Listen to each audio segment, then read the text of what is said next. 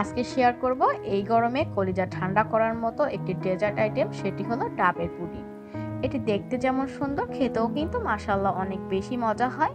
আর এটি তৈরি করতে কিন্তু খুব অল্প সময়ে তৈরি করে নেওয়া যায়, আর এটি তৈরি করতে খুব অল্প উপকরণের প্রয়োজন হয়।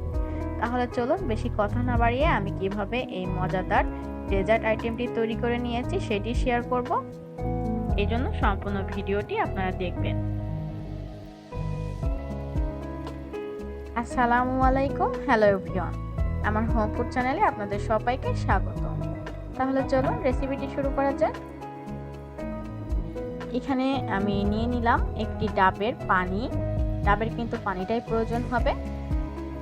এখানে আমার পানি হয়েছিল 1.5 কাপের মতো। সেটা কিন্তু একটি প্যানে নিয়ে নিয়েছি। তারপর এখানে আমি অ্যাড করব চিনি। এখানে আমি 3 চামচের মতো চিনি ব্যবহার করেছি।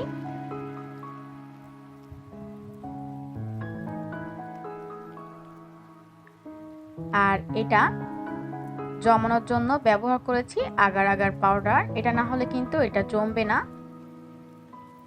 এটা কিন্তু মেন ইনগ্রিডিয়েন্টস, অবশ্যই এটার প্রয়োজন হবে। এখানে আমি 1 চামচের মতো আগার আগার পাউডার নিয়ে নিয়েছি। নিয়ে একটা হ্যান্ড উইলের সাহায্যে কিন্তু খুব ভালোভাবে এভাবে মিক্স করে নিতে হবে। আর এটা কিন্তু করতে হবে সম্পূর্ণ চুলাটা অফ করে, তা না হলে কিন্তু আগার আগার পাউডারটা খুব দ্রুত জমে যাবে।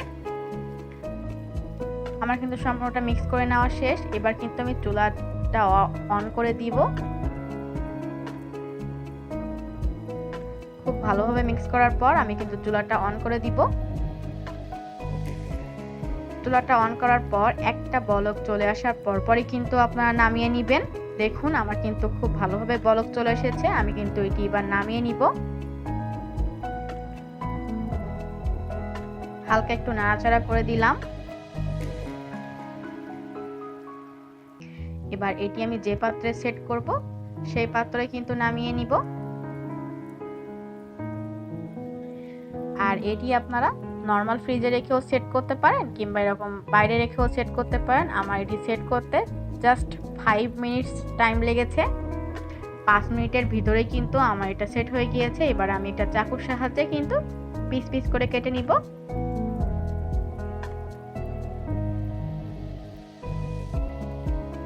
আপনারা দেখেই তো বুঝতে পারছেন কতটা সুন্দর হয়েছে। আর শুধু এটা খেতেও কিন্তু অনেক বেশি মজা। এবার কিন্তু একটা চামচের সাহায্যে আমি এভাবে উঠিয়ে দেখিয়ে দিলাম। আর এই জেলিগুলো দেখুন কতটা সুন্দর হয়েছে। এবার এখানে আমি একটি প্যান বসিয়ে দিয়েছি, তাতে দিয়ে দিলাম 2 কাপ লিকুইড গরুর দুধ।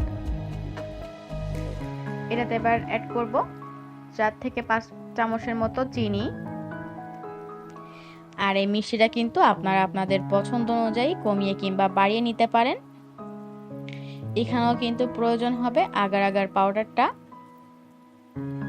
এজন্য এখানে আমি আগার আগার পাউডারটা 1 চামচ দিয়েছি।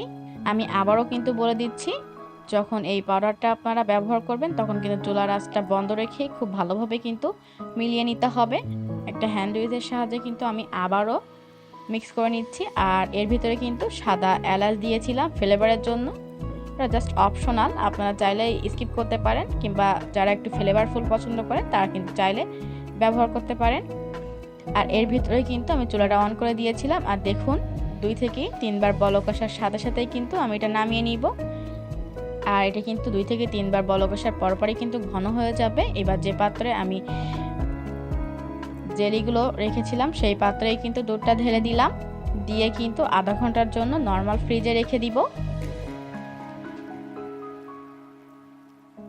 আধা ঘন্টা পর চলে এসেছি। দেখুন কতটা সুন্দর হয়েছে আর কতটা শক্ত, অনেক সুন্দরভাবে সেট হয়ে গিয়েছে।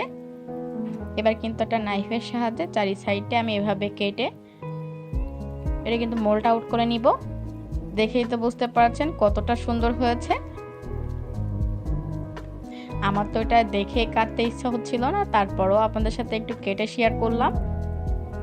এই গরমে কিন্তু আপনারা এই ডেজার্টটি খুব অল্প সময়ে তৈরি করে নিতে পারবেন, আর খেতে কিন্তু ভীষণ মজা হয়। এটা উঠিয়েও দেখিয়ে দিলাম কতটা সুন্দর হয়েছে। চলুন একটু কেটে দেখানো যাক কেমন হয়েছে।